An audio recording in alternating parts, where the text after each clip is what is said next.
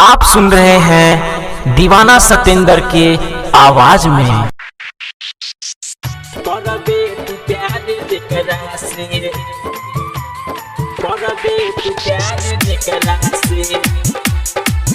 दुनिया से ओके मिटा डीजे करबे तू प्यार जेकरा से करबे न प्यार छौरी ही तो माल दोसर जाके पटाले। करबे न प्यार छौरी ही तो माल दोसर जाके पटाले। करबे न प्यार छौरी माल दोसर जाके पटाले।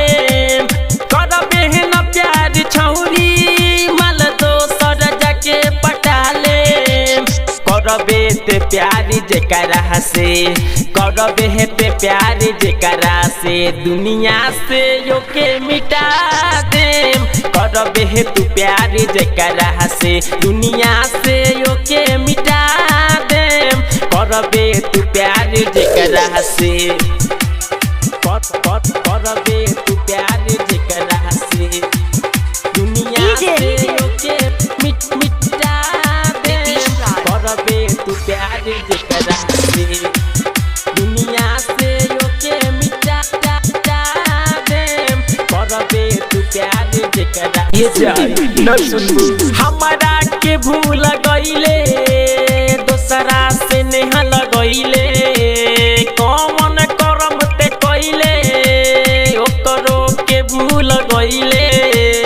ओकरो के भूल गईले हमारा के भूल गईले दोसरा से नेह लगईले। कौन करम ते कइले ओकरो के भूल गईले।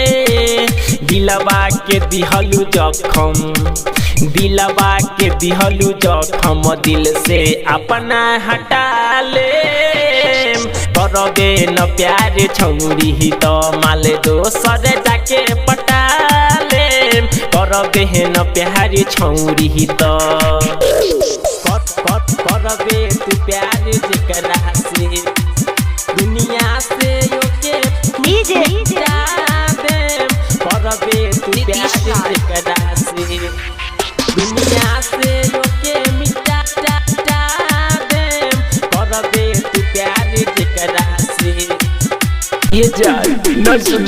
राइटर रत्न से कहिले तेहू तो धोखा धरी। अर्जुन निषाद गणेश से तोह से नाता जोड़ी। तोह से नाता जोड़ी राइटर रत्न से कहिले तेहू तो धोखा धरी। अर्जुन निषाद गणेश के तोह से नाता जोड़ी।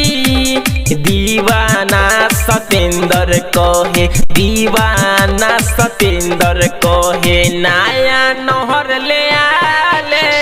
करबे न प्यार छौरी तो माल दोसर जाके पटाले। करबे न प्यार छौरी तो न सुनबू।